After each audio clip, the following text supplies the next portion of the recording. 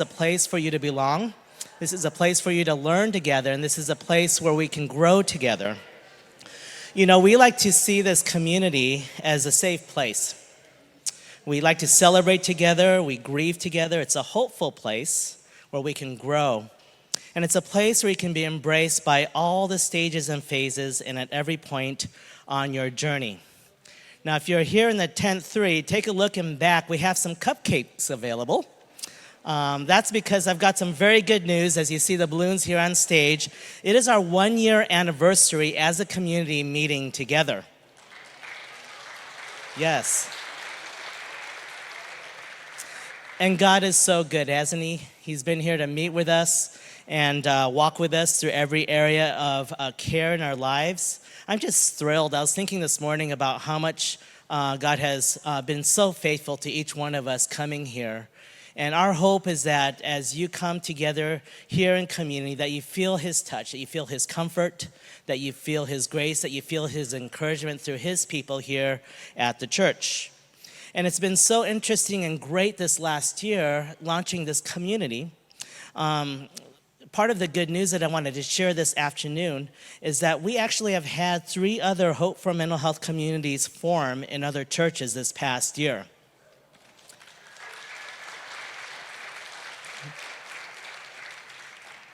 And we're really excited about that because it's all about coming together as a community in Christ and caring for one another the way the church was meant to be. You belong in community.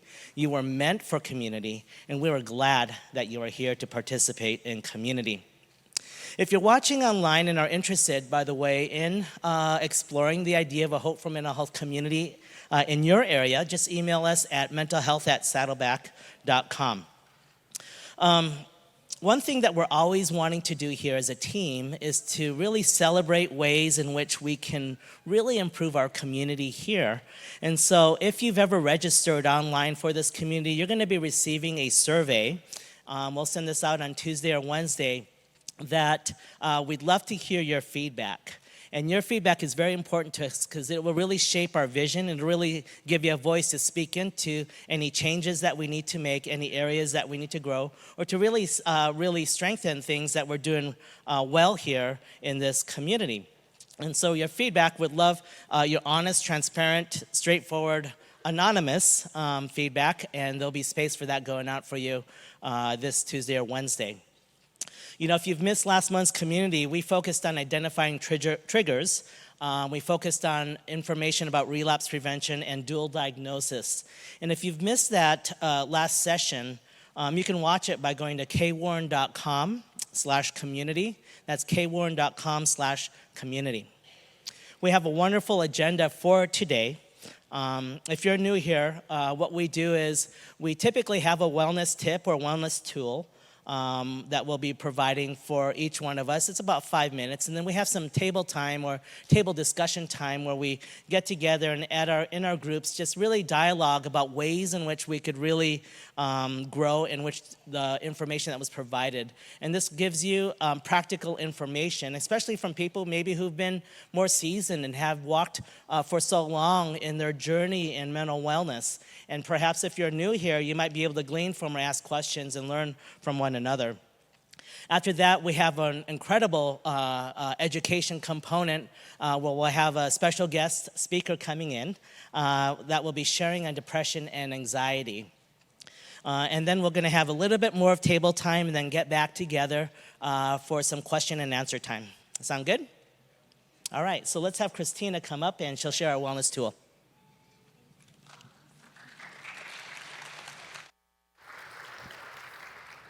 All right. Am I on? Yes? Okay. So today we are going to be talking, since we're talking about depression and anxiety, we are going to be talking about our own self-talk. So just to frame this, how many conversations do you think you have on average every day? So you might have some friends, family members, maybe at work or school, you're talking to different people. And what if I told you that your most common conversation partner is actually here today? It's you. You and I, we talk to ourselves all day long, every day, in our thoughts, in the messages we tell ourselves, in the ways we respond to ourselves after certain situations. So a personal story for me is I was recently speaking with, I was at work and I was talking to someone in authority and I made a comment, and based on this authority figure's response to me, I was positive I had offended her. And so she sent me an email the next day, hey, can we connect? And I thought, oh my goodness, she's going to tell me I'm not theologically sound, I shouldn't be working at a church or whatever. I was kind of getting down on myself. And a few days later we connected. Come to find out, she had been a bit short with me because she was stressed and she'd been wanting to apologize to me. But my thoughts, so we were able to resolve that, but my thoughts had been spiraling for a few days based on my assumption that I had offended her, which is actually completely wrong.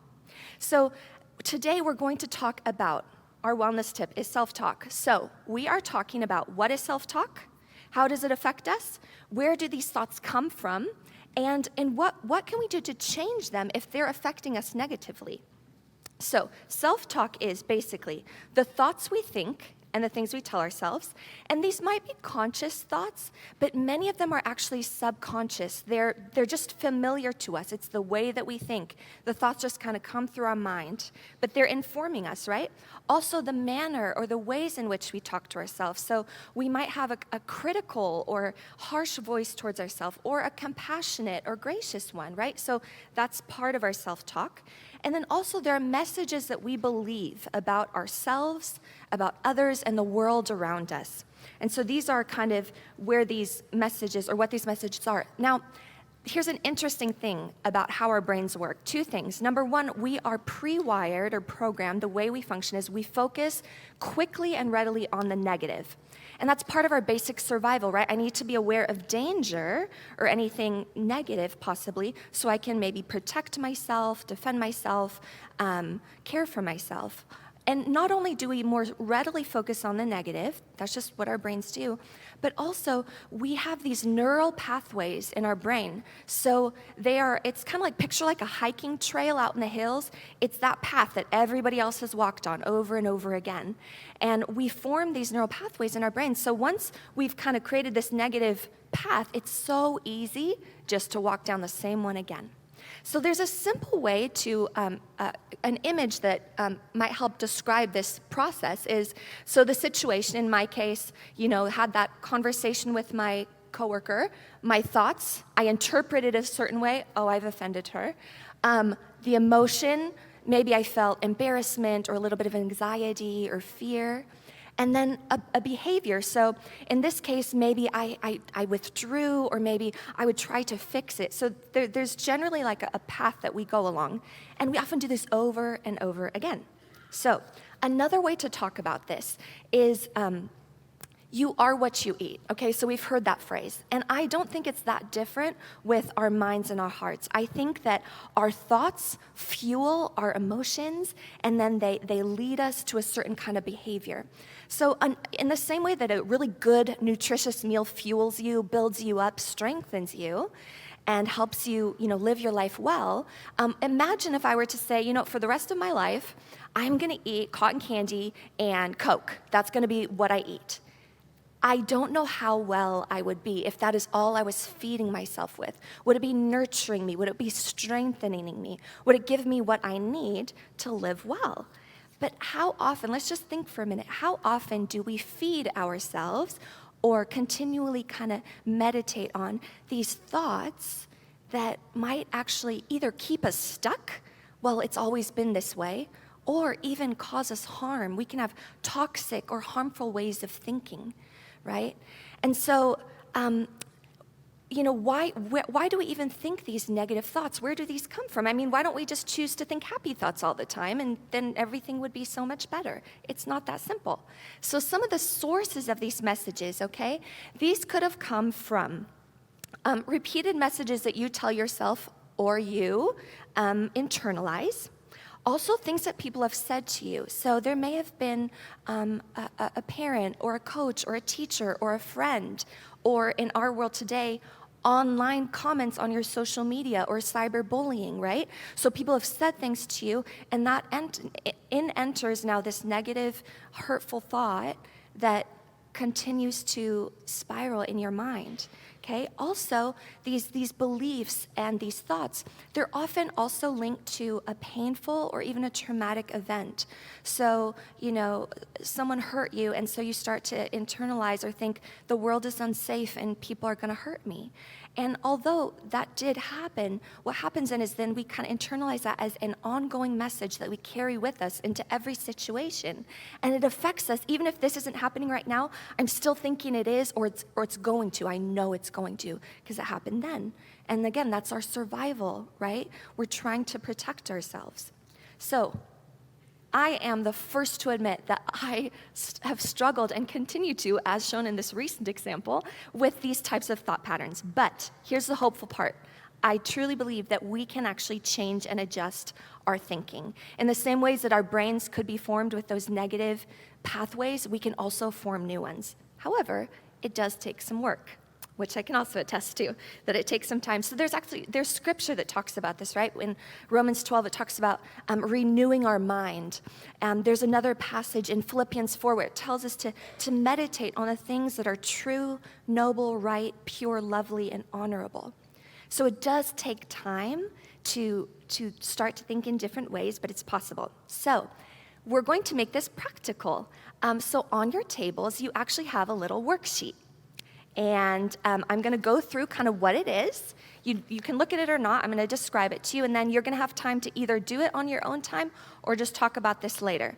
But for the next few minutes, I'm going to go through this. So the first page is the actual sheet, or I'm sorry. The first step right here is, so first we're going to do is just assess, just get a baseline. What am I thinking? What am I feeling? And what is my reaction or response that I had? So that's just a basic assess where you're at.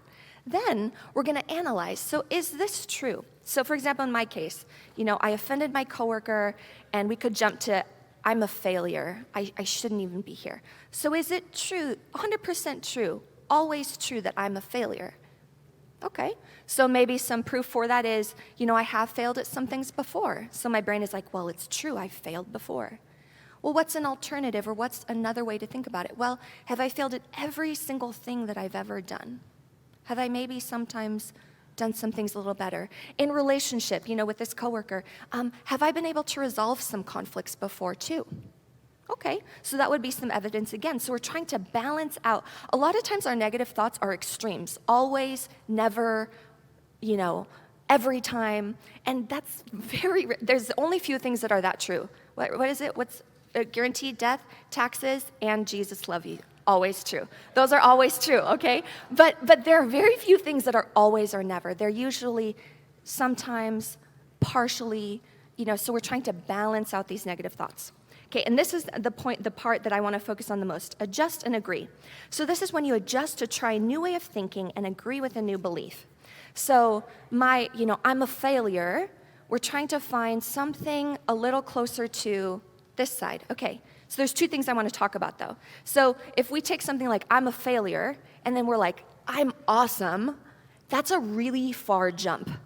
And that feels awkward. That just doesn't feel right. So I'm going to talk about baby steps. So I'm a total failure to, kind of like I was saying, well, I failed at this, or I didn't do this the way I wanted to, but I'm going to put in some effort to do it differently.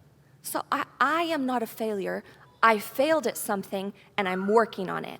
Okay? And the reason this is important is if you pick a new belief or a new thought that's too extreme, you're just going to say like, that's silly. Well, that's not true, right? So pick something that you think, I can accept that I am working on things. So that means I'm not a total failure. I am working on them. So find a new thought or a new belief that you say, okay, for today, I can accept that. Sometimes in therapy sessions, we'll do percentages. So if it's not 100%, can we go to 99? Can we have 1% over here? So whatever works for you. Secondly, sometimes when we're coming up with a new thought like this, it can feel it can feel impossible. Okay, so picture these pathways, the hiking trails, right? So when we're saying, okay, can we come up with a new pathway? Sometimes we're standing there and we say, okay, well, I know this one. Here, all I see is rocks and trees and bushes. I have no idea how we're going to get through this. How am I going to pick a new way of thinking? And I think we can include a trusted other. This could be a loved one, a family member, a therapist, a mentor, a pastor. Pick someone who maybe has vision for you. And they say, you know what? I think I can see a path through the trees. I see a little bit of light. I see some things about you that you've had such a hard time believing that they could be true, that you could be loved, that I see the value in you. You're working, you're trying. Yeah, you've fallen a few times, but you've gotten up more times. So sometimes we need to include another voice, and that's okay. It can be hard to come up with these on our own. So that's my encouragement to you as you're going to the adjust and agree. Feel free to take a baby step and include somebody else if you would like to. And then just as a resource for you, attached to the worksheet is actually a little emotions wheel. So sometimes when, we're not always very good at identifying our emotions. We know we're feeling a lot, but we don't know what. So there's an emotions chart. And then also on the very back page are some of our cognitive distortions, we call them. It's when when we're spiraling or we assume the worst. And there's some balanced alternatives to kind of give you an example of how we can use this tool. So now I'm going to introduce our speaker after our table time. But for now, you have 10 minutes, and you can either do this if you want to work through it, or just discuss at your table, how might this be helpful? How could I use this tool in my daily life? So the clock is ticking.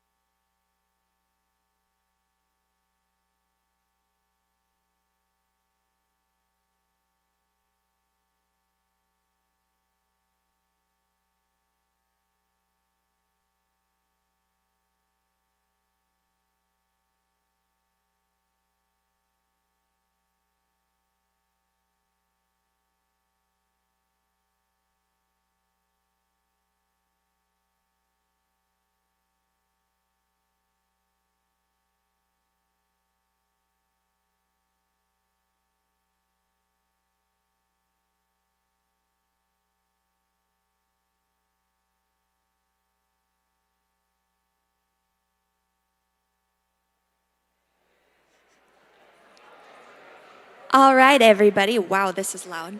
Hi. Um, I'm so sorry to have to interrupt your time. I'm just going to really briefly now introduce our speaker. And also one thing I want to mention is you have Q&A cards on your table. And so during this presentation, if there are any questions that come up for you, please write them down. We will collect them after she does her presentation. And then we will go into a time of Q&A. And we'll get to as many of your questions as we can. So just know that those are on your table. All right, so I am honored to introduce Dr. Debbie Hutchinson. She's a licensed psychotherapist who's passionate about helping individuals heal from life's challenges and develop as a whole person. Her educational background includes a doctorate in clinical psychology, a master's in clinical psychology, and a master's in counseling. I think we are in very good hands today. She's also a certified active parenting today leader, a certified clinical trauma professional, and is licensed as a marriage and family therapist.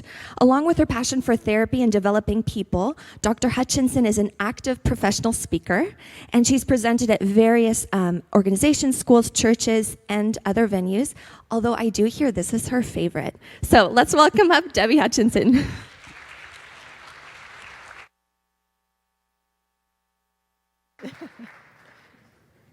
Well, hi, everyone. I am so thrilled to be here with you today. I first want to say thank you to David and to Kay for having this venue, for inviting me to speak. I think the topics of focusing on mental health are so critical, and aren't we fortunate that we have that at Saddleback Church? So thank you for that. We are in an amazing time, whether you realize it or not. If you pause and think about it for a second, there was a time when we did not talk about mental health. We are right now in the midst of seeing changes occur. And so we're fighting the stigma by having this venue here, by people openly discussing what's going on with them. I was watching the news this week, and there were 3 people that they mentioned who actually shared that they were having mental health challenges. And I thought, fantastic, that are celebrities. I think it was Justin Bieber mentioned it, and it was Britney Spears and one other person. But I thought, my goodness, to come out and share that they're struggling with depression, struggling with anxiety, that encourages us all to know that, yes, we can step forward and say we're having some challenges and do something about it. Okay, if I can have the next slide. So as we're talking today, one of the things that I wanted to do is to give you a hope minute. Life is really about making sure that we have hope and that hope is our focus. Hope is our foundation. And so I have little hope minutes throughout the presentation today, and I'd like to share with you the first one. Know in all these things we are more than conquerors through him who loved us. For I am convinced that neither death nor life, neither angels nor demons, neither the present nor the future, nor any powers, neither height nor depth, nor anything else in all creation, so we're pretty much covering everything here, will be able to separate us from the love of God that is in Christ Jesus our Lord. You know what? If you have that, we can really stop right now. But we won't. We'll keep going. Next slide, please. So these are the topics that we're going to focus on today. In talking about depression and anxiety, we wanted to look at what are some of the more common types that we hear about and that we experience. I wanted to talk about the facts, the statistics that are associated with depression and anxiety.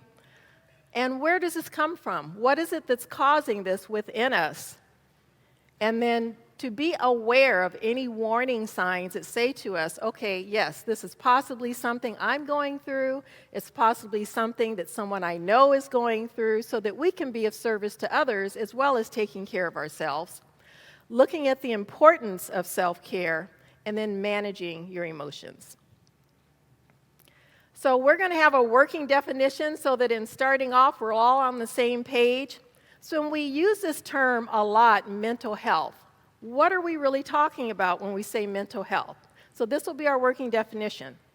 A state of well-being in which the individual realizes his or her own abilities, can cope with the normal stresses of life, can work productively and fruitfully, and is able to make a contribution to his or her community. So when you hear about that, we can say that, yes, we are talking about ourselves. We're looking at how we're functioning, but there's a step beyond that. We're also talking about what can we do to help our neighbor? What can we do to help the other person? Next slide. So in starting off, one of the things that I want to do is to emphasize how much we absorb from our environment. You know, we go through our life pretty much day by day, just taking things for granted as far as where we're getting our knowledge base. We absorb a lot of things from our environment. Some things are really good, some are fun, and then some things we absorb are things that we recognize, like Christina was saying, are not the thoughts that we want to have in our head. So I want to do an exercise with you. We'll do a few of these where I'm going to ask for audience participation, and you're going to fill in the blank. So I'll do the first part, you do the second part. You guys ready? All righty. Okay, here's the first one. Give me a break, give me a break, break me off a piece of that. Yeah. Okay, you guys did really good with that. Here's another one. What would you do for a... Okay, I'm going to make them a little harder as we go along. Nationwide is... How do you guys know this? Okay, here's the tough one. Call Powell Electric, we'll fix it. And I saw the hand movement too. I saw you. Okay, and here's the final one. I feel incredible because I called. Yes. Good job, guys. So I have a question for you. Who taught you that? How did you guys know that? Did you take a class on commercial jingles or what? But I wanted to do this as an experiment so we can see that, you know, you're sitting down, you're watching TV, and we're absorbing this information that we don't even know that we're absorbing. Now, in this example, this was something fun, it's lighthearted, it's a jingle, it's a great way of advertising. So that's fantastic. But what about those things that we're absorbing that aren't good for us? So we're going to focus a lot today on talking about thoughts. Next slide, please. Okay, so let's talk about the common types of depression and anxiety. The one that you're probably most familiar with is depression. Depression has been talked about forever. You know, when we have depression, we know the common symptoms of being sad, being tearful, and I'll go into that a little bit more in detail in just a few minutes. But depression is pretty much talked about. Then we have something called persistent depressive disorder. And what that is a form of depression, but the criteria with that are that whatever you have met for depression is at a lower grade, and you have to have had the symptoms for about 2 years. So that's like a lower grade depression. And the percentages that I have on the side are speaking to how prevalent this is in our society in America. So it does exist quite a bit. Then you look at it, anxiety. I listed the more common ones. Generalized anxiety disorder. Some of you have maybe never heard of the term, but at the same time, you may have experienced it. You may know of someone else who's had it. With generalized anxiety disorder, kind of to summarize it, it's basically when a person has had a tendency to do a lot of worrying. Now, at all times, some of us may worry. But this is worrying to a great extent about everything. I once had someone in my private practice say to me, oh, well, I can't go outside. I said, why? Well, I might run into someone. And if you run into someone, what does that mean? They might need something from me.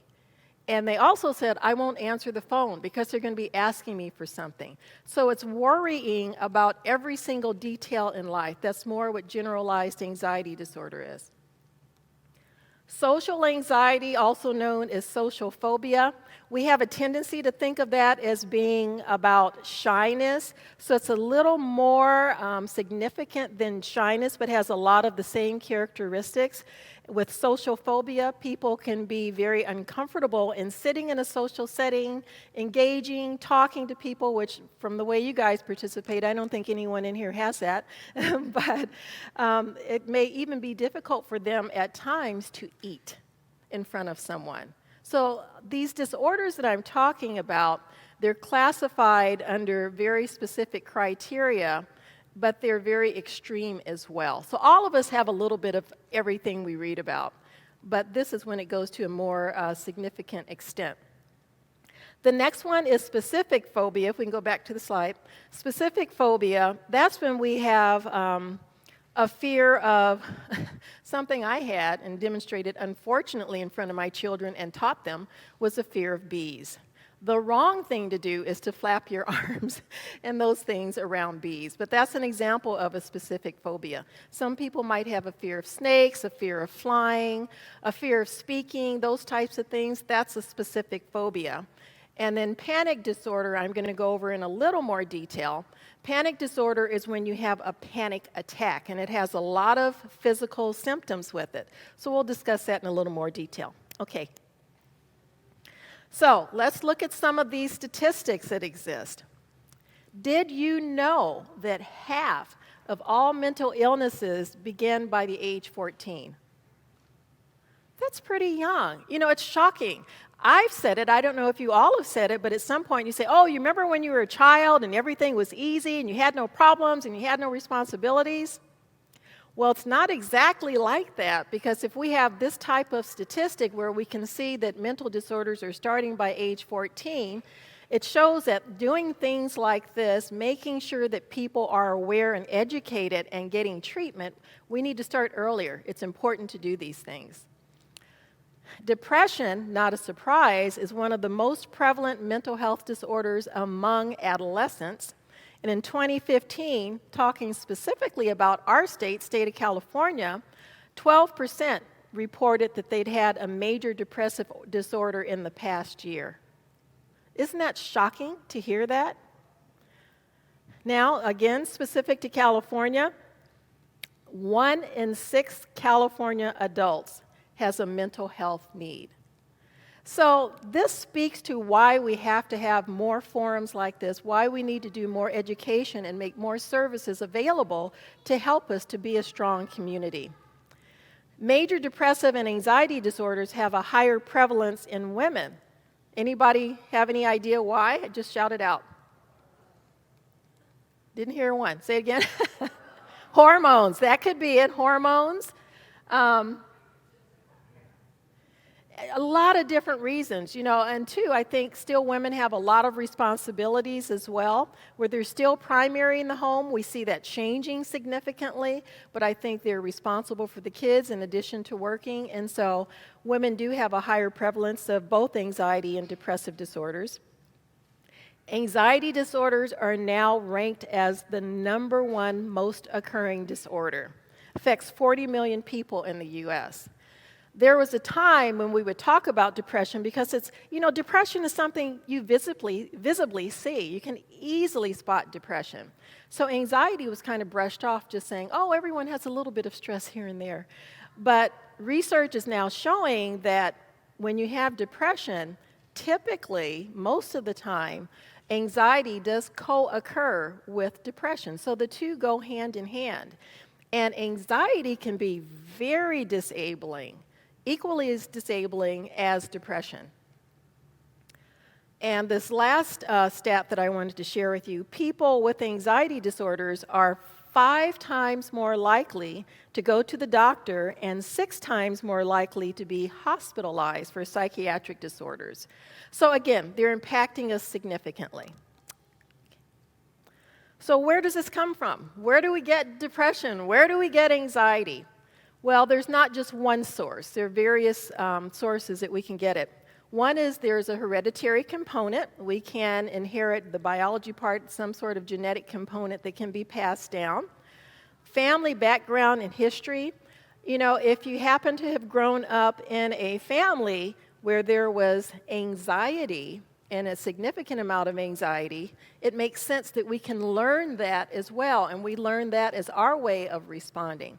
So our background in history impacts us as well.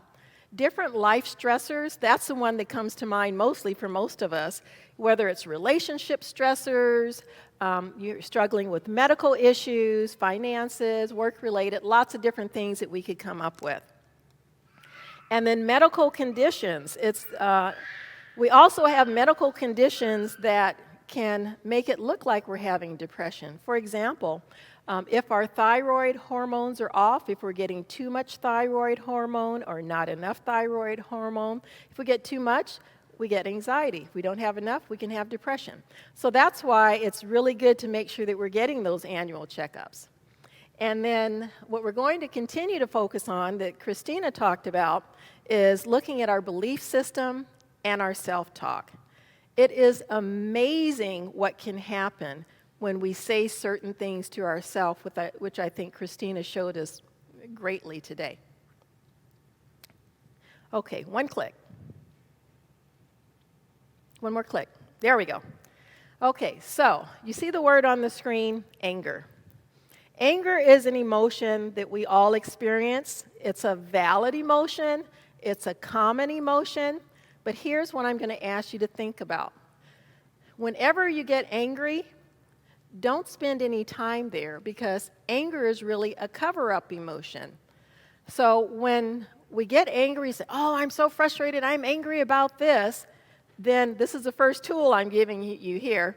I want you to pause and say, okay, what am I really angry about? Because we have 4 core emotions, if we can click to the next. The 4 core emotions are hurt, fear, guilt, and shame. And so if you're angry, you go down there and say, okay, let me kind of work through this. What's going on? Did someone say something to hurt my feelings? Is that it? Am I hurt? Am I feeling fearful about something? I don't know, some of you may remember an acronym that was very popular years ago for fear that I love called false expectations appearing real. Do many people remember that? That explains fear exactly, because when we're in a state of fear, we have this false expectation about something that's going to happen in the future, but you know what? It appears very real to us. It seems like it's factual, but it's false expectation appearing real about something in the future. And then some of you may have heard Pastor Rick speak on Easter Sunday. One of the things that he said was, where there is hope, there is no fear. So that's why it's critical for us to, instead of staying in a state of fear, transfer into a state of hope. Because when we have hope, we have encouragement, and it keeps us moving forward. Another thing that can happen with fear is a self-fulfilling prophecy. So I'm sure you guys have heard of that. Basically what that means is whatever our thought is, it can affect our eventual outcome. So here's an example I'll share with you. My son is an adult, but when he was about 5 years old, and some of you out there are really going to relate to this, he would go over to my parents' house, and my parents, we called them Grandma and Pops. So he would go to visit Grandma and Pops. So he's sitting in the den one day, and I hear him say, "Pops!" And my dad said, "Yeah, Ryan?" And he said, "I want some olives." And Pops said, "Oh, well, Ryan, we don't have any olives." So Ryan says, "We'll go to the store and get some." So Mother is standing in the background going, "What?" And so I said to my dad, "You don't have to go to the store and get some." He says, "No, I'll go." He said, "I should have had the olives here anyway because I know he likes olives." First question, who are these people, right? Parent me that way? No. So it's like, okay. So a few minutes later, before Pops does go to the store to get the olives, which he did do, I hear Ryan again.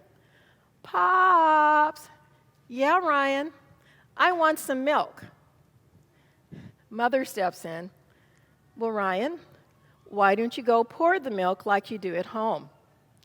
5 years old, he was capable of doing it. And he says, "Well, I can't pour the milk because if I do, it's going to spill." You feel it coming? And so I said, "Come on, Ryan, let's go into the kitchen and you can do the milk. You can pour the milk." So I give him the glass, he takes the carton of milk, he pours it all over the place. And so he looks at me and he said, "See?" And I said, "Well, I had to pause myself for a minute there. I said, well, you know what, Ryan? I said, I guess you were right. I guess we need to work on your skills of pouring milk. But before we do, let's work on your skills of wiping up the mess that you just made." So I got him some towels and let him do that first. But the point of that is he had convinced himself, don't know if that came from my parents saying, "Oh, Ryan, you can't pour it," but he's capable of it. But he said, "I can't do it," and he didn't. So that's kind of like the self-fulfilling prophecy. And so that's where we have to watch our thoughts as well. The next emotion that we want to look at, core emotion, is guilt. Guilt is when we're feeling bad about ourselves, maybe something we did or didn't do or said or didn't say. And then shame is the last emotion I have listed, which we want to avoid. Shame is when we feel bad about ourselves as a person. Because if we stay in the anger spot, we don't go down and work through the 4 core emotions, this is where we'll wind up. Hit the button again. Depression. And so you want to take this tool, and anytime you're struggling with anger, kind of work through that, work through what's going on, make changes, take steps to make changes. Otherwise, we can easily wind up in depression. Okay, next slide. Okay, so I want to talk a little bit more, as I said, about the signs of depression. When we are looking at depression and officially diagnosing it, we're looking for certain symptoms to have occurred for at least 2 weeks. So there are at least 5 of the symptoms. The obvious ones are sadness, tearfulness. Anhedonia is when you've lost interest in doing something that you typically enjoy doing. Like one of my favorite things to do is to go to a concert. So if one of my friends called and said, "Let's go to a concert," and I just said, "Oh, no, I just want to stay home, I want to relax," there would be concern. That's different for me. So that's anhedonia. Weight change. The interesting thing with depression is it can really go either way. So some people with depression find that they will eat their emotions, so to speak, and they eat more and wind up having weight gain. And then some people feel that when they're struggling with depression or sadness, they can't eat at all. And so they wind up losing weight. So it can go either end of the spectrum. Depression definitely impacts sleep. So again, what you see with depression is people often have a hard time falling asleep. You can also see what's called hypersomnia, where they're sleeping 12, 14, 16 hours a day. And what I've observed is typically when people have depression, I've seen them having a hard time falling asleep. But when it's anxiety, what I've observed is people kind of wake up around 2 or 3 o'clock in the morning, and they wake up in thought. So it's kind of like the body's joining the mind. The mind's already operating, it's thinking, and then the body wakes up and goes, "Oh, let me join in what's going on here." So that's typical there. And then psychomotor agitation, retardation. Agitation is just kind of the fidgetiness, and retardation is when you're slowing down. Even the speech is slower, the movements are slower. And then next slide. Fatigue. Fatigue is an understatement. When someone is depressed, you know what the word is? Exhaustion. They have absolutely no energy whatsoever. So here's what makes it so difficult. I like to say if you're fighting depression, you need to think of it as being a fight. And visualize yourself walking into a boxing ring and you have an opponent, and that opponent is depression. And you are fighting to get rid of that depression because it's that nasty, it's that powerful, and you truly have to fight it. What makes it hard is to fight it, you have to have energy, right? And so you might say, "Well, I don't have the energy to get up. I can't walk in the boxing ring." And here's what I always say to people. Do it anyway. Do it anyway. That's where you have to go because it is a fight. There is no easy way out of depression. No easy way. It's a fight. So when that voice of depression says to you, "You know what? You're tired. Go lie down." And as far as being around people, you don't want to be around people. Just isolate. Stay to yourself. You have to do the exact opposite of what that voice of depression says. When it tells you to lie down, stand up. When it tells you to isolate, call a friend. Do just the opposite to fight it. Also, as part of depression, you can see feelings of worthlessness or inappropriate guilt. People feel bad about themselves, self-esteem drops. It's hard to concentrate, it's hard to read. I can't tell you the number of times I've heard, both with depression and anxiety, I just read a whole page and I can't tell you a single thing that I read. I don't know what I've read. And so that's very common. And then recurrent suicidal ideation and thoughts of death. And we want to intervene immediately, and it can happen where you get to that point, and that's when you get to a state of hopelessness.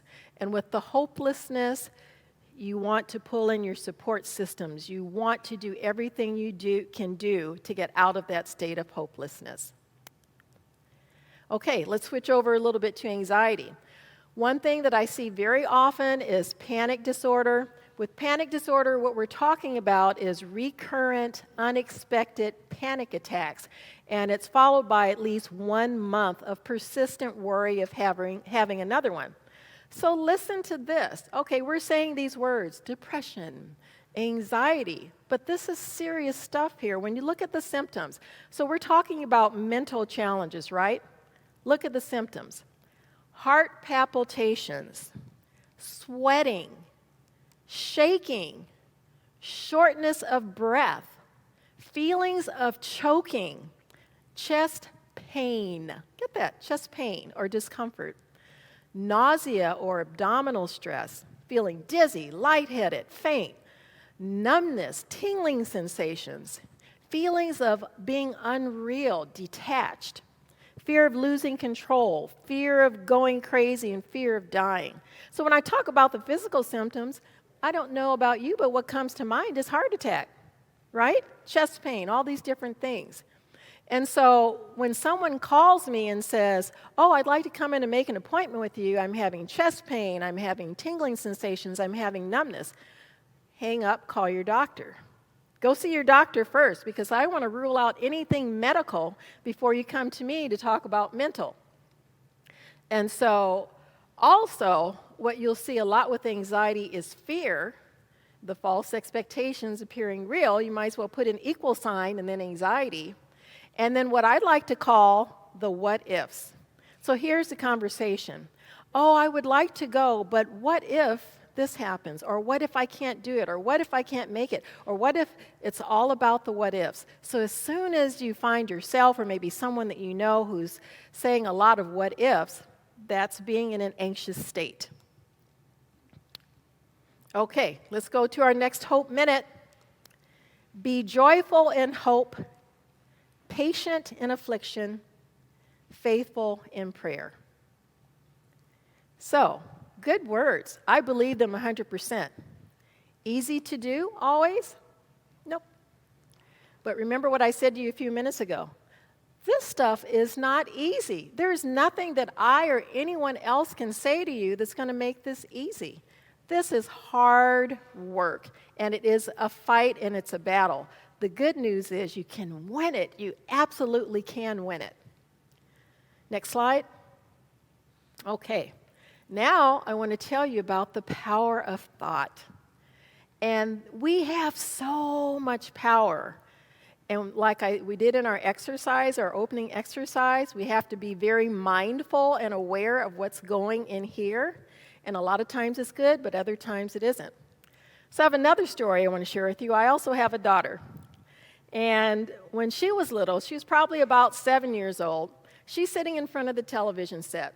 And so I walk into the room, and she's sitting there so intently looking at TV, and I'm wondering, what is she looking at that's capturing her attention? So I walk in, and they have this very beautiful woman with long flowing hair. My daughter's hair used to be down here when she was little. And so the woman on TV is walking, in slow motion, of course, because that's when it looks best. So she's walking, and as she's walking, her hair is flowing and bouncing. And so then I'm watching my daughter, and she's looking at this all so intently. And then the woman turns to the left, and her hair just kind of follows her. And then she turns to the right, and the hair is just bouncing. And so I looked to see, what is this commercial?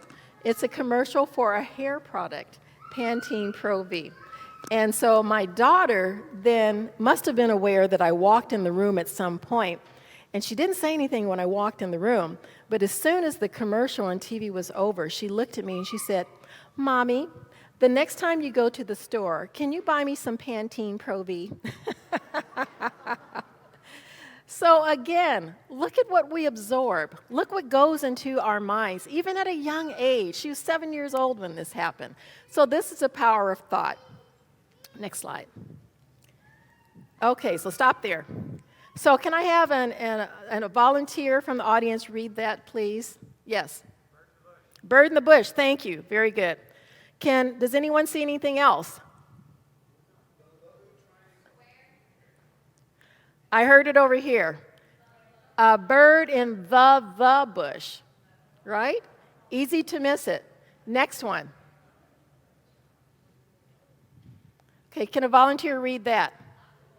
Very good. You can see both of them. For some, you might see optical first. For some, you might see illusion. When I first looked at that, I saw illusion. But if you focus on the white, then you can start to see optical. Next one. What do you see? Teach, learn. Very good. You caught on quickly. Very good. Teach, learn. So the point in having this exercise is sometimes we have to shift our way of thinking. And that's what we're going to do now, is shift. So I want to talk a little bit more about our thoughts in cognitive behavioral therapy, which is what CBT stands for. So I'm going to give you just a little brief overview of cognitive behavioral therapy. The main premise is that first we have a thought. Based on whatever that thought is, that will then lead to certain feelings. Based on whatever those feelings are, that will lead to certain emotions. So let's say my thought is, oh, I'm stupid, I can't do anything right. Well, if I'm believing I'm stupid and I can't do anything right, that's going to lead to feelings of maybe insecurity, self-doubt, depression, anxiety. And if I'm having all those feelings, it's going to lead to the behaviors of, might as well not try, just stay around the house, not do anything, right? Okay, so let's go to the next slide. And I want to introduce this concept that Christina did talk about a bit too, but we want to go into this because we want you guys to walk out with knowing this. So I have a picture up here for you. When you first glance at this picture, what you see maybe is a butterfly and some flowers, right? Okay, so next one. What I did was I put a different colored frame around it. So it's like you may have a picture at home. And first thing you want to do is, I've got to go to the store and buy a frame that's going to make this picture look just right. Because as we know, based on whatever frame we put around the picture, it changes how the picture looks. So with the black frame, when I put that on there, what stood out for me personally is the black part of the butterfly's wings. And then I noticed something I hadn't seen before. If you look toward the lower part on the left, there's a black bulb that hasn't yet blossomed. I didn't even see that. But with the black frame, then I could see it more. Next slide. Wow, look at this. So we put a yellow frame around it. Oh my gosh, it just changes how the whole picture looks. It's bright. You really notice the yellow flowers. It picks up the yellow in the wings of the butterflies. And so again, changing the frame, reframing it, changes how the picture looks. Well, the key is, too, when we reframe our thoughts, which means stating them so that they're more true, because as Christina said, we automatically have these distortions that come up when we're depressed or anxious. So we have to train ourselves as in reframing. And I like to think of it as being a brain training. So going back to that example that I stated a few minutes ago, something like, oh, I'm stupid, I can't do anything right. That's my initial thought. Well, let's reframe it and say maybe I was talking about growing a beautiful plant like that. And so I might reframe it just as an example by saying, well, I've not been successful in growing plants, But I'm going to go to a nursery and consult a professional. I'm going to buy a book and read up on it. And I'm sure as I get the education on how to grow plants, I will be successful. This is my new thought. So I've X'd out the other one. So with my new thought, I'm going to get some new feelings. The key is you cannot just come up with cutesy, happy thoughts that sound, oh, this is what I'm supposed to do. It has to be thoughts that you believe.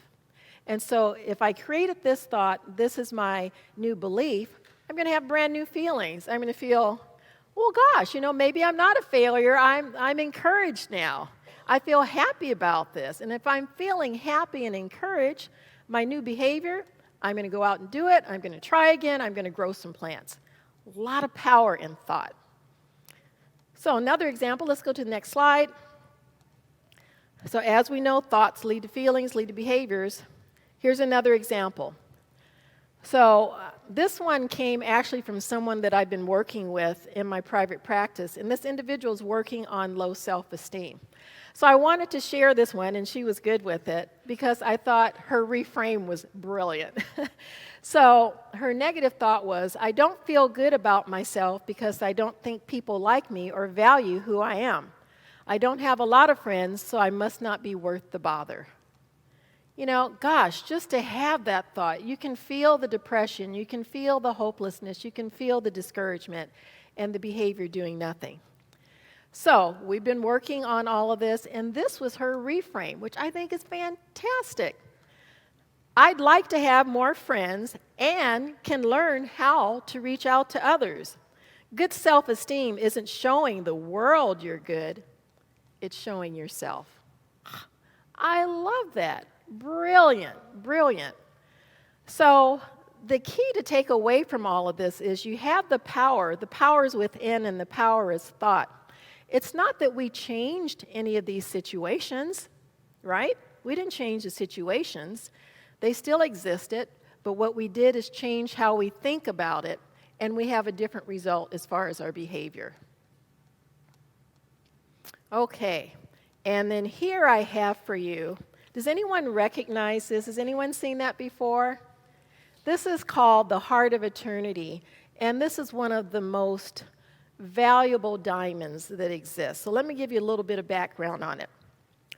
The color is called Fancy Vivid Blue. That's the color. It couldn't be just blue, right? Fancy Vivid Blue. So an average size of a wedding ring is 1.2 carats. That's kind of the average. This particular diamond is 27.64 carats. That's the diamond. It's a member of a rare class of diamonds that was found at the Premier Diamond Mine of South Africa.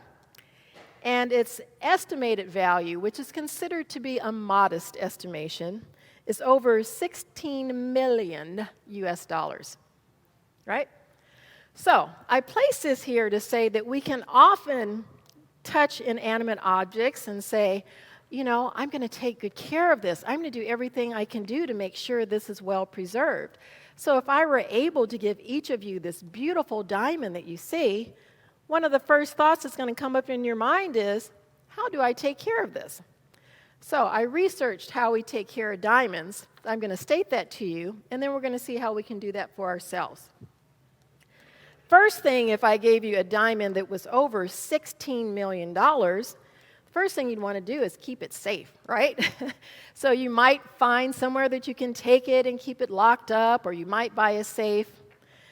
So how do we keep ourselves safe? Because what we want to do is to treat ourselves as if we are rare and valuable, like this diamond. So one thing we can do is to make choices that we think is going to be best for us. What are the best things that I can do? Because I like to emphasize making choices. There are situations where we feel like I have no choice, there's nothing I can do. There are situations where we have a lot more choice than what we think. And where we have the choice, it's right here, that power of thought we've been talking about. The second thing is we want to keep it in good condition. So, we might shine it, polish it, preserve it, do whatever we can do to keep this diamond in good condition. So how do we keep ourselves in good condition? Well, we exercise, we do the physical exercise, but we also have to do the mental exercises, things that are good for our brain, things that are good for our mind. That includes eating healthy and all those other things. Then another thing we might want to do with this diamond periodically is clean it. So how do we clean ourselves? Well, we get rid of these unhelpful, distorted thoughts that can be very nasty and disabling. We get rid of them. And we do, like the thought record that Christina was talking about, we do the reframing so that our thoughts are really more accurate and not so distorted. We can do things like positive affirmations, which is just basically writing positive statements. Sometimes they're established as goals. They don't have to be facts, but something you're working toward. It's what you're filling yourself with. And just like sometimes cleaning a piece of jewelry is best left to professionals, maybe sometimes if you're feeling stuck or I don't know what to do, there's no shame in going to a professional. It's an intelligent thing to do, to go to a professional to get the extra help if needed. And then what if by chance this diamond gets damaged? What do? You repair it. So how does that apply to us? Has anyone ever said to you, you know what? Things are going to go perfectly all the time, always, no problems. No, we know that that's not true. And so we know at times we'll have to do some reparation of ourselves. We'll have to repair ourselves.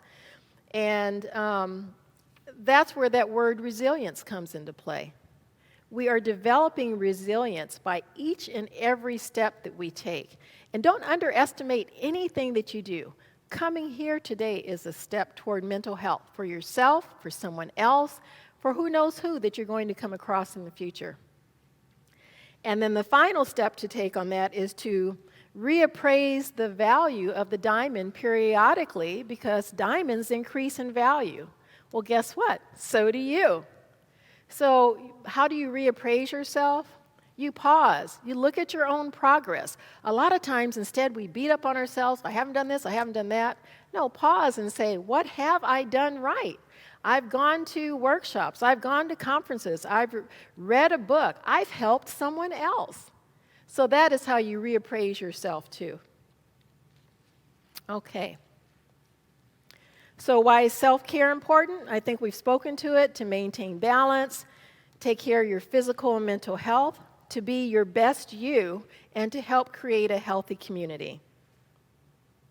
I won't go over all of these that are listed, but I did want you to have some other tools you can rely on.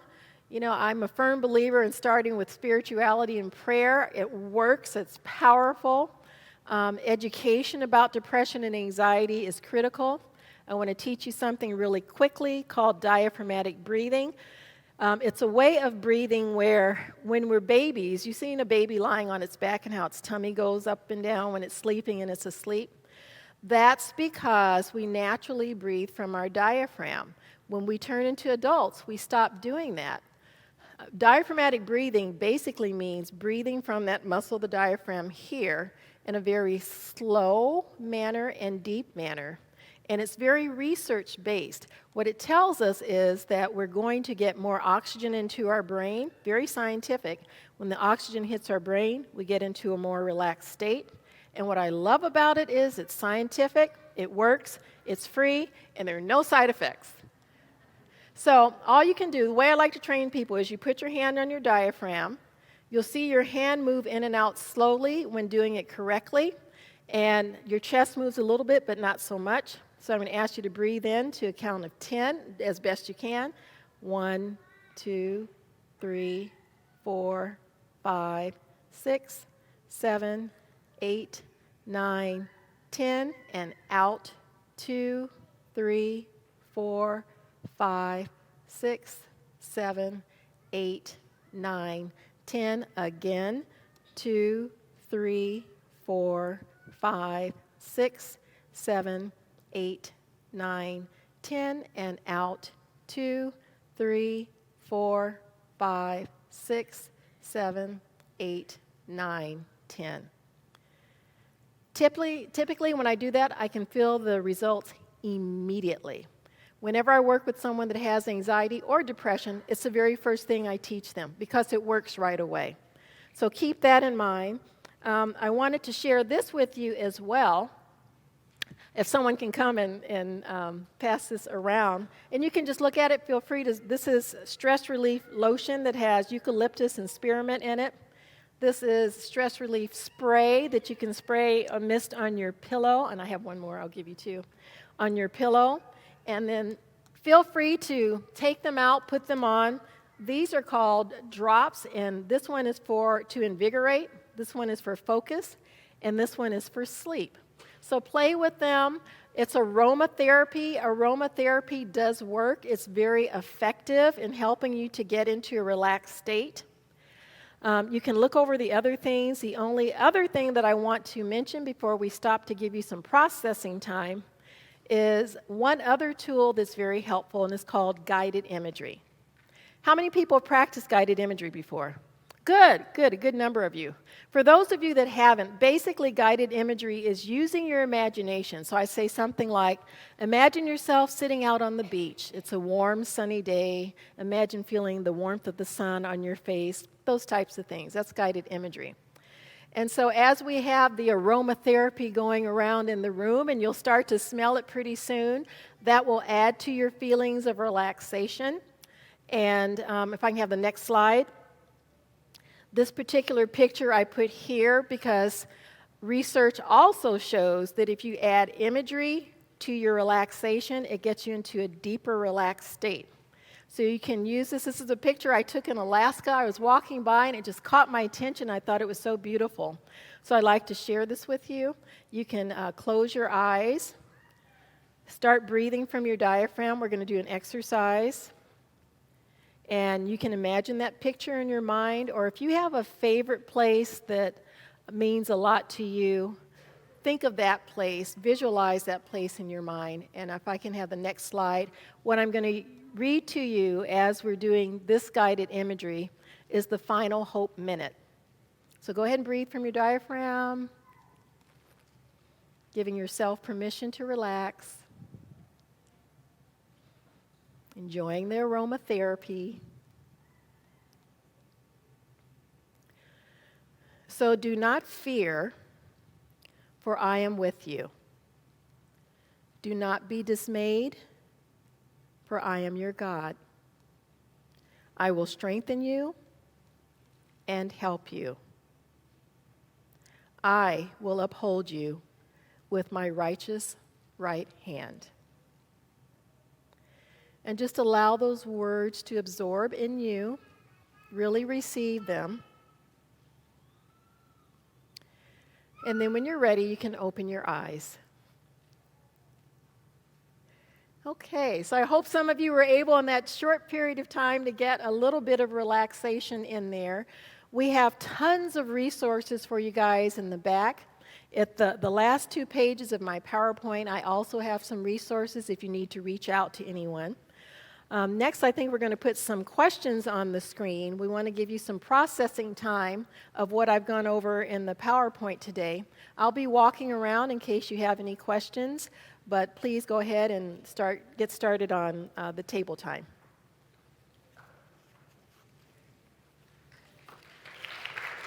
Thank you.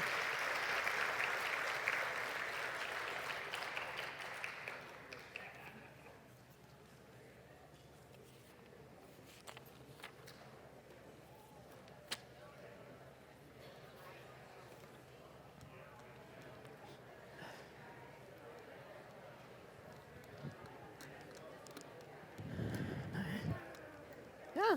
Oh, thank you. Thank you. I hope it was helpful to them. Yeah. Oh, good. So we're going to move the chairs now for you. Perfect. Okay. Thank you.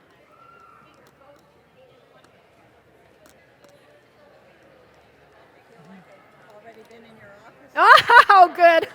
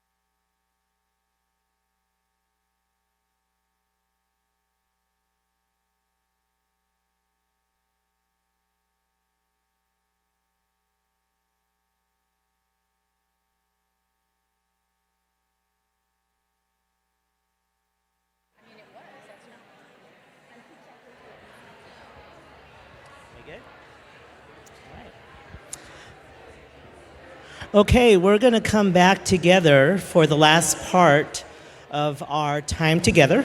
We're going to be doing our Q&A time, so if you could just please come back to your tables, and we're going to go ahead and get started.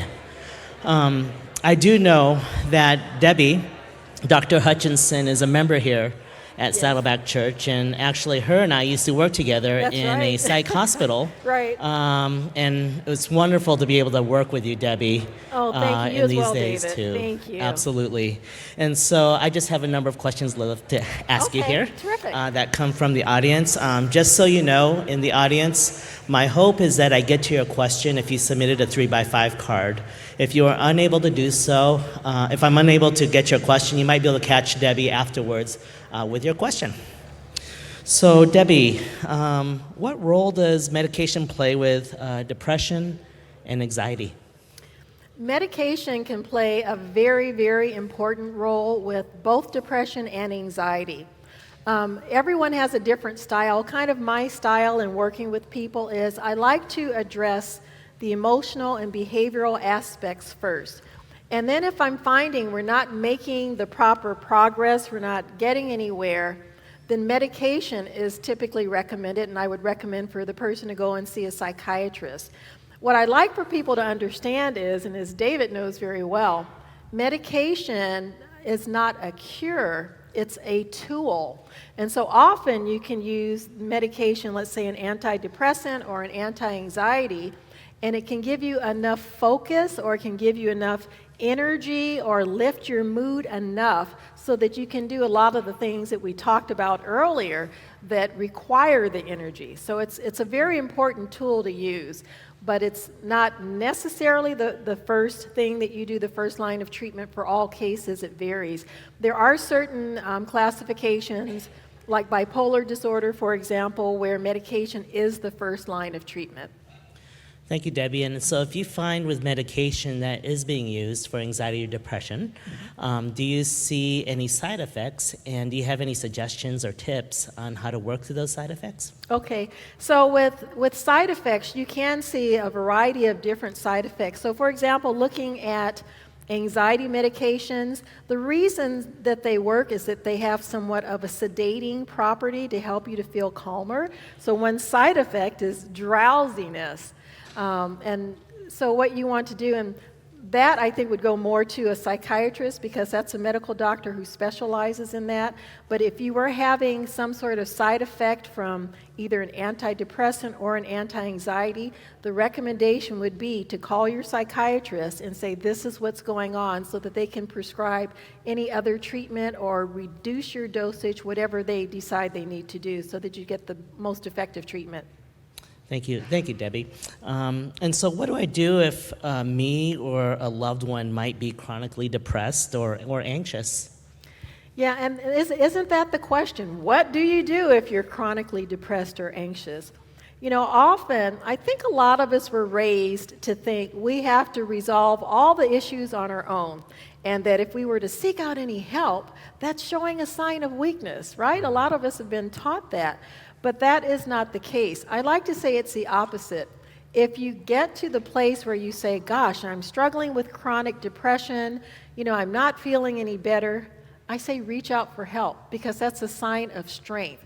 How much stronger could you be than to call up a total stranger and say, you know, I'm struggling with these symptoms of depression, I'm struggling with anxiety, and I don't know what to do, can you help me? I admire that, I respect that. And so I think that's a very positive thing to do. Yeah, and I think also, Dr. Hutchinson, to tag on to what you're saying, is oftentimes with any type of condition like anxiety or depression, there are barriers that you need to be aware of. One of the most predominant barriers that keep you from getting care, especially when you're first encountering symptoms like this, is stigma. Mm-hmm. You know, our society, Dr. Hutchinson and Christina talked about the thoughts that come and the messages our society sends us quite often bring shame. Oh, you're this a schizophrenic, or you're a bipolar person. And we all know here at Saddleback Church that's not true. Mm-hmm. Your illness is not your identity. Your chemistry is not your character. As Dr. doctor would say. And so with that being said, we know who we are in Jesus Christ. And so oftentimes we know with the greatest research and resilience is that the bounce back, if you would, is one's connection with Christ, one's connection with God. Oftentimes, for most of us here, can testify is a way in which we could manage and cope with some of the most difficult symptoms of anxiety and depression. Absolutely, well said. Yes. Yeah. So next question, schizophrenia. How may it relate to negative thoughts we take in growing up? So with schizophrenia, it's also described as being a thought disorder. And so you can have different experiences if you've been diagnosed with schizophrenia or with anything. Often people do not understand. So when I was speaking earlier is the best thing that all of us can do is get some sort of education so that we have understanding.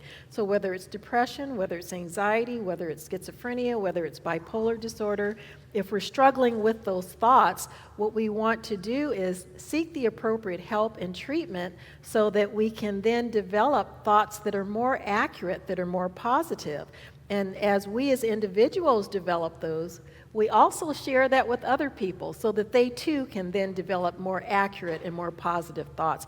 But I think your point is the negative thoughts can be very much a part of any disorder that we're struggling with.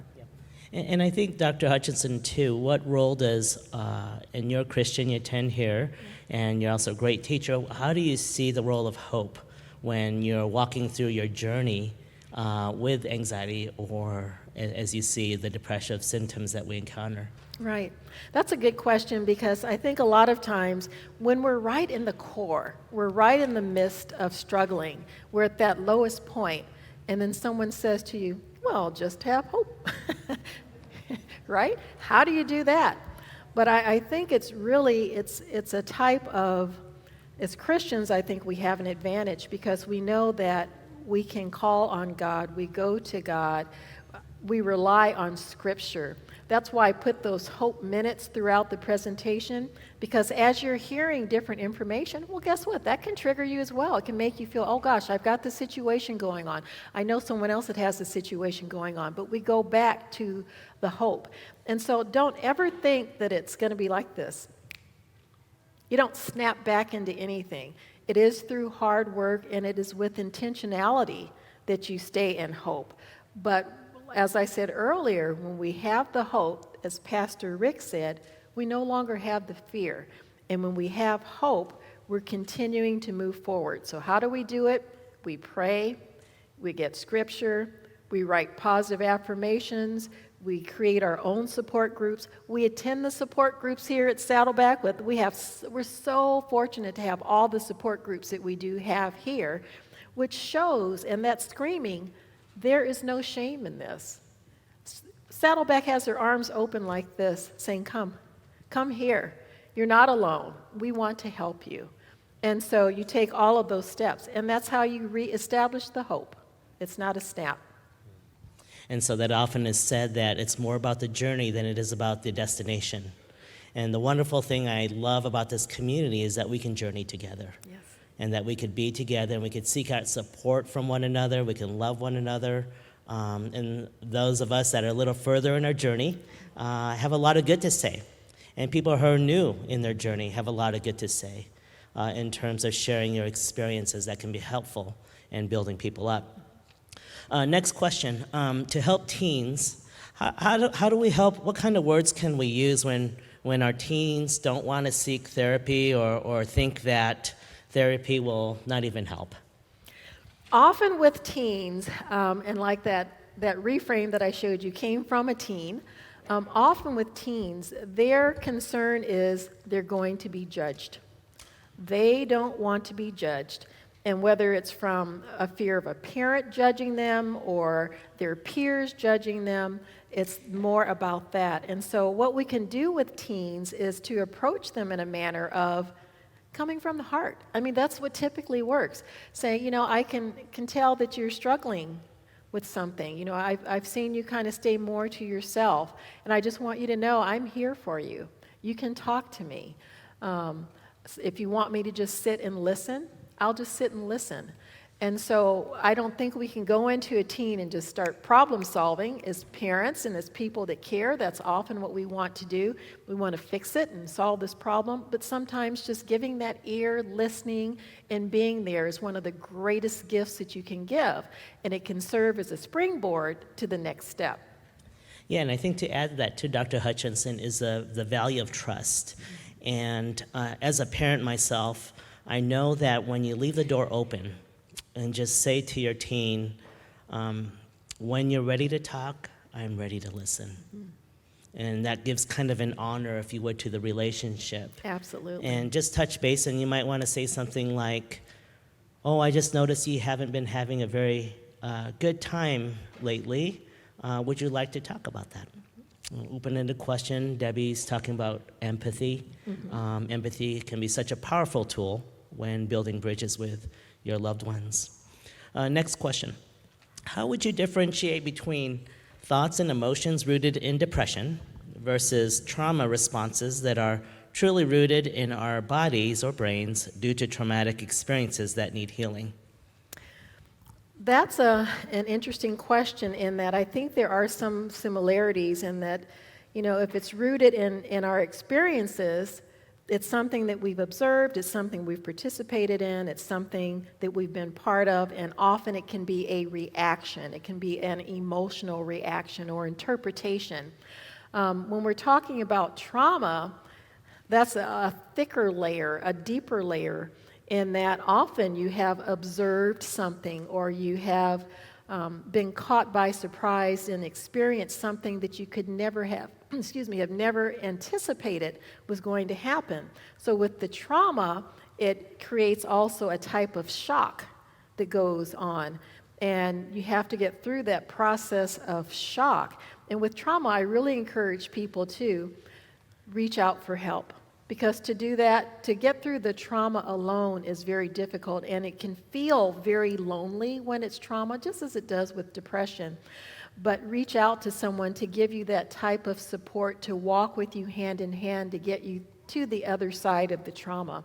And one point that I wanted to make is, it's not that we ever forget some of these negative experiences and things that happen, whether it's something that's led to depression or anxiety, or if it's a traumatic experience.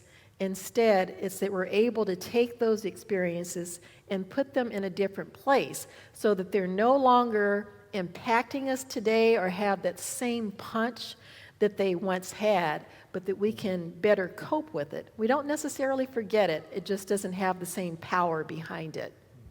And so in terms of trauma, what is the most often sought out type of help in terms of treatment? Well, with trauma, it's really starting off, you call a psychotherapist. It can be a psychologist, marriage and family therapist, social worker, any type of therapist who is willing to sit down with you and you talk about the trauma. One of the things that research has recently said is it's not necessary to go into all of the details of trauma and describe it again, because you wind up re-experiencing it, and the goal of any therapist is not to re-traumatize you.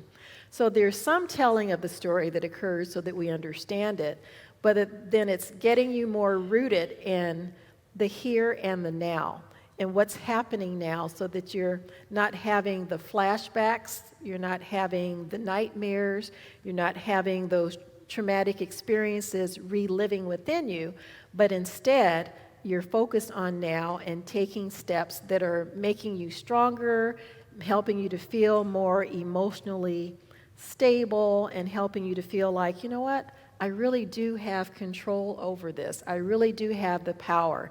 And again, so much of that does start with what we have here, the thought. And Dr. Hutchinson, we're talking about today a number of different tools. We're talking about seeing a doctor or psychiatrist for medication. We're talking about therapy with a licensed professional. We've talked a bit about being in community here at the church. Right. And you had a wonderful slide on the different tools that you put up on the PowerPoint for us. What would be your favorite tool that you like to use with people or bring to the table when you're experiencing depression and anxiety for the first time? I always start, like I say, with diaphragmatic breathing. because that gives you immediate results, and I like to help people feel relief as soon as possible. But then it goes to the thought record, which is what Christina talked about. The thought record, in my opinion, is one of the most effective tools in the field of psychology for working with depression and anxiety. And where can we get the thought record? Is that something we can find online? Or? You can find them online. There are lots of different variations of them, and each therapist has his or her own favorite to use.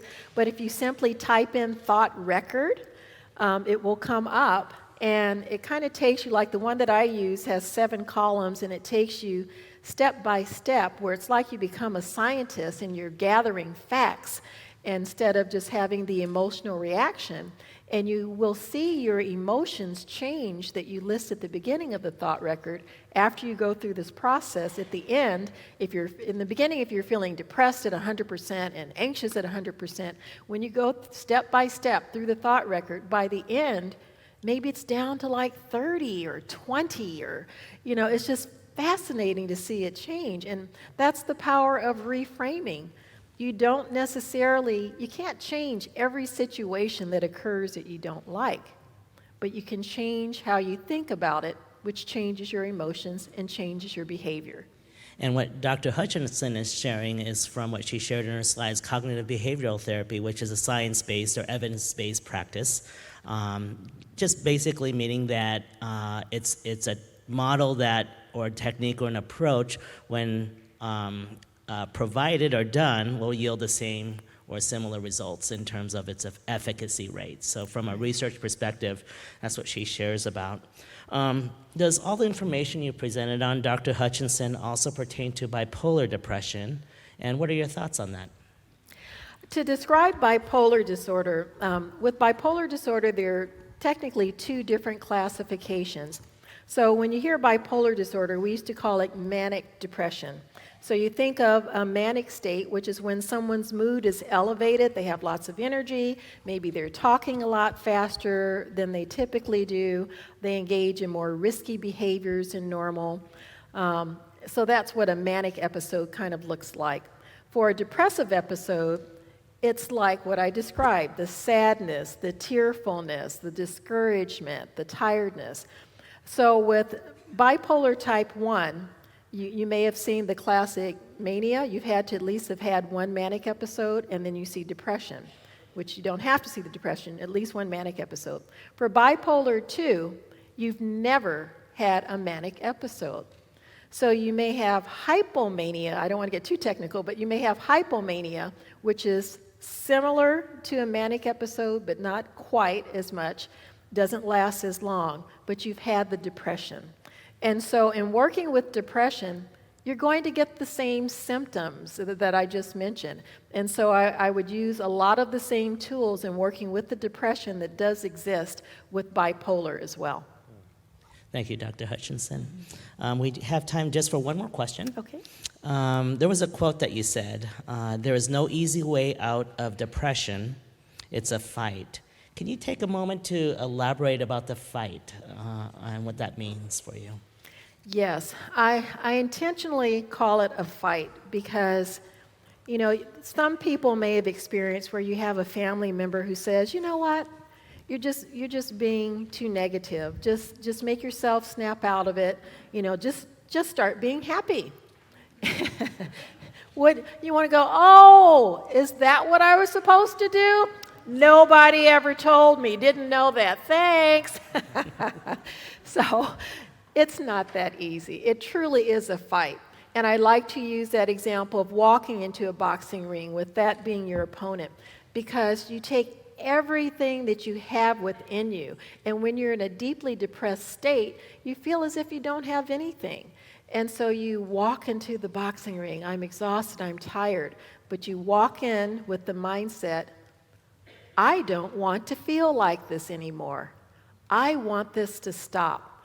And I'm going to therefore do whatever it takes to get rid of this depression. And that is the fight. And that is the mindset. And like I said earlier, oh, but I don't have the energy. That's right. Do it anyway.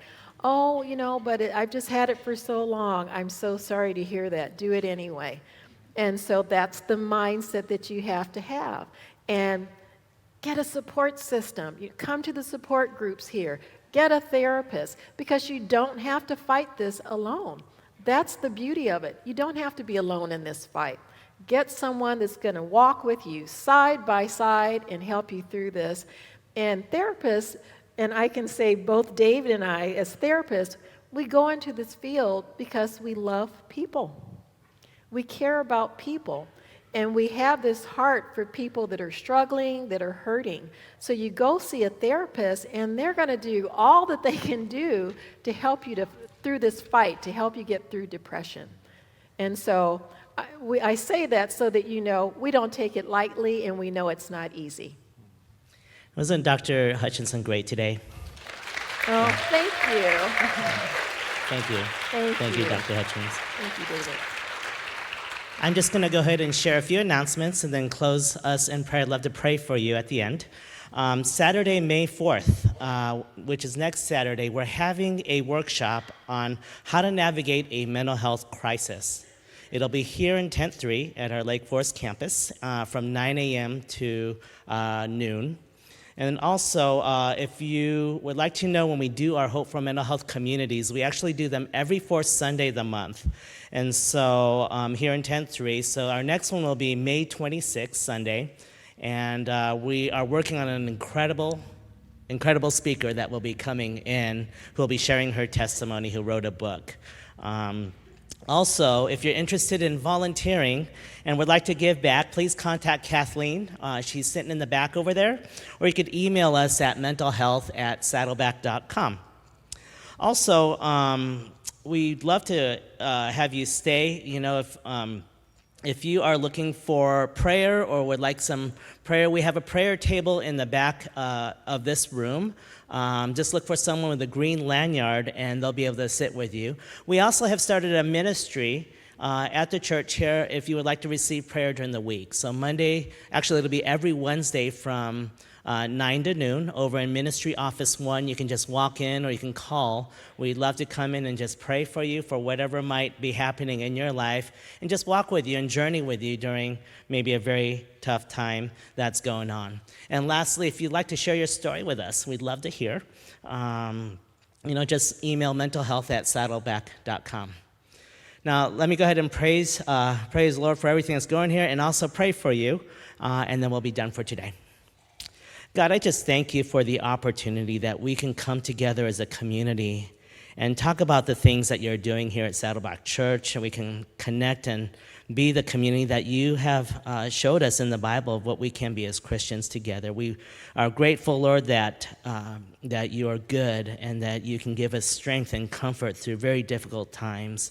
Lord, I pray for every person here who might be having a very difficult time with anxiety and depression, Lord, that whatever was said today, any tools that might be helpful, Lord, that you would help that tool to be comforting in managing and coping with anxiety and depression. I pray for families as well, as they journey with their loved ones or friends as well, that you would strengthen their hearts, that you would bring a renewal to the relationships with all who are journeying together with mental illness. So we love you, Lord. Go before us as we leave this tent. In Jesus' name we pray. Amen. Thank you for coming.